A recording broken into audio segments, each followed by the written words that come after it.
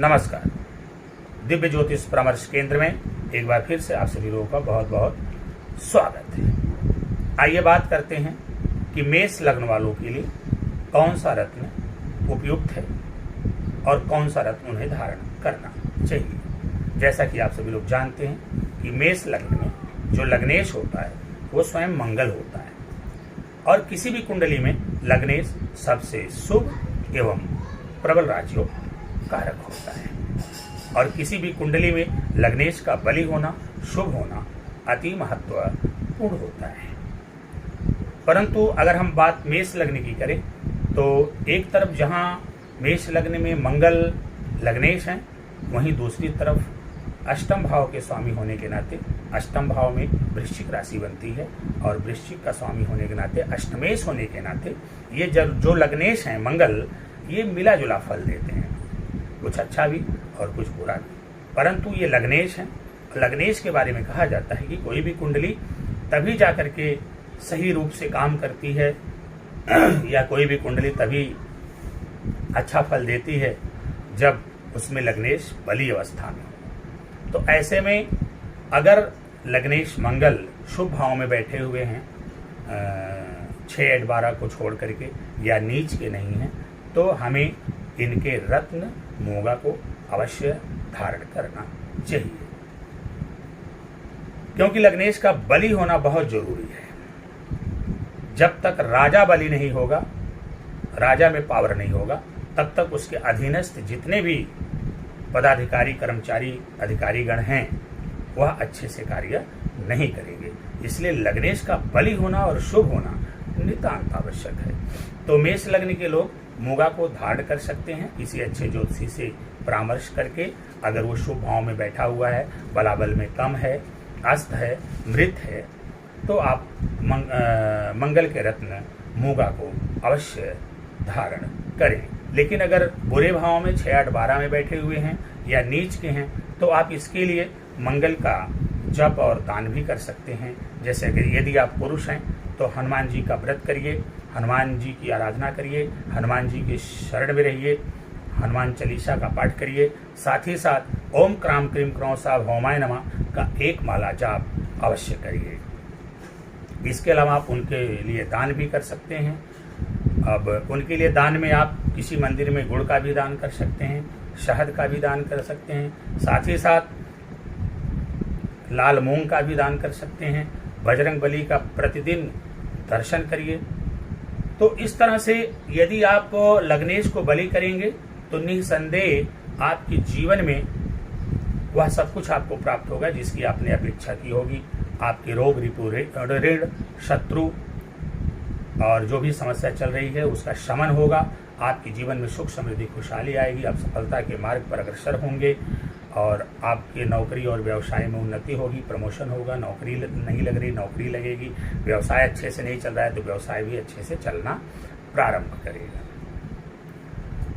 तो ये तो बात हो गई लग्नेश की, कि मैंने आपसे कहा कि भले ही मेष लग्न में मंगल अष्टमेश हैं, लेकिन फिर भी अगर उनका बलाबल कम है, अस्त या मृत हैं और शुभ भाव में बैठे हुए हैं, तो आप उनके रत्न मोगा को आंख मूंद कर धारण कर सकते हैं। आइए अब पंचमेश की बात करते हैं। हमें किसी भी लग्न में लग्नेश, पंचमेश और नवमेश, इन 3 भावों के ग्रहों के रत्न को धारण करना चाहिए। अगर हम मेष लग्न में पंचमेश की बात करें तो मेष लग्न के पंचम भाव में सिंह राशि होती है।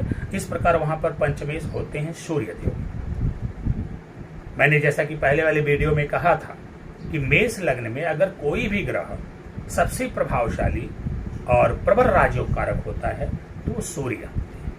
ऐसे में हमें सूर्य को बलवान करने का प्रयास करना चाहिए, क्योंकि आपको पता है कि मेष राशि ही ऐसी राशि है जिसमें सूर्य देव उच्च के हो जाते हैं। ऐसे में मेष लग्न के लिए सूर्य का जो रोल है, सूर्य की जो भूमिका है वो बड़ी ही महत्वपूर्ण होती है। सूर्य एकमात्र अकेले ऐसे ग्रह हैं मेष लग्न वालों के लिए जो कि आपके जीवन को चमत्कारिक रूप से बदलने की सामर्थ्य रखते हैं।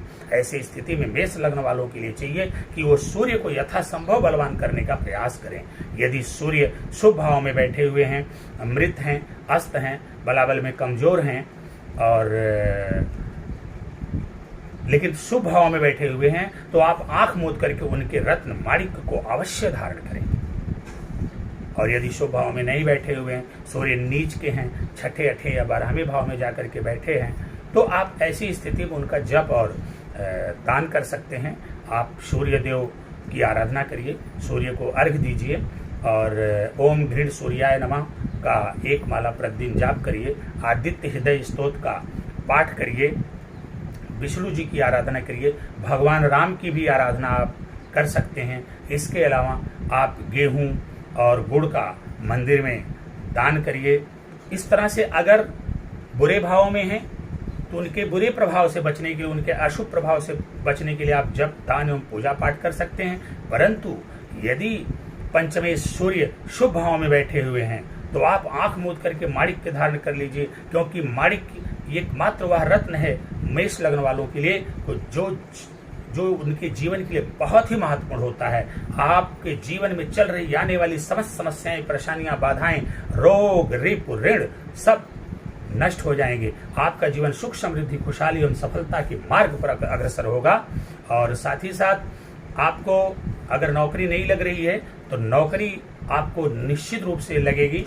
और अगर प्रमोशन नहीं हो पा रहा है, प्रमोशन रुका हुआ है, तो सूर्य देव के बलि और शुभ होते ही आपका प्रमोशन भी होगा, नौकरी में पदोन्नति होगी, आपका बिजनेस, व्यापार सब अच्छे से चलना प्रारंभ करेगा। और सूर्य को और मजबूत करने के लिए आप पिता का आदर करिए, पिता समान व्यक्तियों का आदर करिए। यदि आप ऐसा करते हैं तो निश्चित रूप से आपके कुंडली में सूर्य देव बलि होंगे और जीवन में आपको आशातीत सफलता की प्राप्ति होगी। इसके बाद बात करते हैं भाग्येश यानी नवमेश की। तो जहां तक मेष लग्न का सवाल है तो नवम भाव भाग्य भाव में धनु राशि होती है, जिसके स्वामी होते हैं बृहस्पति देव। लेकिन साथ ही साथ व्यय भाव में मीन राशि होने के नाते बृहस्पति देव एक तरफ जहां भाग्येश हुए वहीं दूसरी तरफ व्ययेश भी हो जाते हैं। ऐसी स्थिति में ये भी मिला जुला फल देते हैं, कुछ व्यय भाव का फल देते हैं और भाग्य का भी फल देते हैं। परंतु चूंकि भाग्येश हैं और मेष लग्न की कुंडली में योग कारक ग्रह हैं, इसलिए आप इनके रत्न को भी धारण कर सकते हैं। अगर गुरु शुभ भाव में बैठे हुए हैं, केंद्र में बैठे हुए हैं, त्रिकोण में बैठे हुए हैं, शुभ भाव में बैठे हुए हैं, अस्त हैं, मृत हैं, बलाबल में कमी है, तो आप इनके रत्न पुखराज को धारण करके आप इनको बलि करके अपने जीवन को सुखमय एवं मंगलमय बना सकते हैं। यदि गुरु सही भाव में नहीं बैठे हुए हैं, बुरे भाव में, छठवें, 8वें या 12वें भाव में बैठे हुए हैं, तो आप इनका जप और दान कर सकते हैं। आप विष्णु जी की आराधना कीजिए, केले के पेड़ में जल दीजिए, घी का दीपक जलाइए, प्रतिदिन मंदिर जाने की आदत डाल लीजिए, बड़े बुजुर्गों का सम्मान करिए, बड़े भाई का आदर करिए, साधु संत महात्माओं का सम्मान करिए, पुजारियों का सम्मान करिए, उन्हें कुछ न कुछ वस्त्र आदि दान करते रहिए। और 4 बृहस्पतिवार मंदिर में 400 ग्राम चने की दाल, 4 गांठ हल्दी जरूर चढ़ाइए। ऐसा करेंगे तो शुभ गुरुदेव जो बुरे भाव में बैठ करके अशुभ फल दे रहे हैं वो अपनी शुभता प्रदान करना शुरू कर देंगे, आपका जीवन सुखमय एवं मंगलमय हो जाएगा। परंतु यदि गुरु शुभ भाव में बैठे हुए हैं और आपको उचित फल नहीं मिल पा रहा है, आपके जीवन में समस्या, परेशानी, बाधा, रोग, रिप, ऋण इत्यादि, वैवाहिक जीवन डिस्टर्ब है, तमाम प्रकार की समस्याओं से आप घिरे हुए हैं, रोग इत्यादि से आप परेशान हैं, तो निश्चित रूप से अगर गुरु शुभ भाव में बैठे हुए हैं और तो आप इनके रत्न को आंख मूंद करके धारण करिए। क्यों कि जैसे ही आप इनके रत्न को धारण करेंगे आपके बृहस्पति देव बलि होंगे और आपके जीवन को सुख, समृद्धि, खुशहाली और सफलता से भर देंगे। तो मित्रों, जैसा कि हमने आपको बताया, आप यदि मेष लग्न के हैं तो आपको मंगल का रत्न मूंगा, सूर्य का रत्न माणिक्य और गुरु का रत्न पुखराज अवश्य धारण करना चाहिए यदि ये तीनों ग्रह शुभ भाव में बैठे हुए हैं।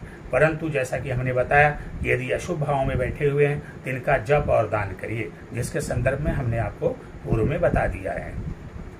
लेकिन फिर एक बात यहाँ पर मैं दोहराना चाहूंगा कि मेष लग्न वालों के लिए सूर्य बहुत ही महत्वपूर्ण भूमिका में होते हैं, और जैसा कि आप जानते हैं कि सूर्य सभी ग्रहों के राजा होते हैं। ऐसे में यदि आपने मेष लग्न में सूर्य देव को बलि कर लिया तो याद रखिए, जीवन में आप तमाम प्रकार की सफलताओं को, जिनको कि आपने अभी तक नहीं हासिल किया है, वो तमाम सफलताएं आप प्राप्त करेंगे। आपकी नौकरी लगेगी, नौकरी में पदोन्नति होगी, बिजनेस और व्यापार अच्छे से चलेगा, वैवाहिक जीवन सुखमय होगा, पिता से संबंध अच्छे होंगे, उच्च अधिकारियों का समर्थन प्राप्त होगा, सरकार से आपको सहयोग मिलेगा, समाज में पद और प्रतिष्ठा की वृद्धि होगी। कुल मिलाजुला के संक्षेप में हम बस इतना ही कहेंगे कि यदि आप मेष लग्न के हैं तो इन तीन ग्रहों को, सूर्य, मंगल और बृहस्पति को शुभ और बलवान करने का प्रयास करना चाहिए। तो यदि आप मेष लग्न के हैं, इस बात को दोहराते हुए कि यदि आप मेष लग्न के हैं तो आपके लिए 3 रत्न बनते हैं, मोगा, माणिक्य और पुखराज। तो आप किसी अच्छे ज्योतिषी से परामर्श लेकर के इन तीनों रत्नों को धारण करके अपने जीवन को सुखमय और मंगलमय बना सकते हैं। आज के लिए बस इतना ही, फिर मिलेंगे। नमस्कार।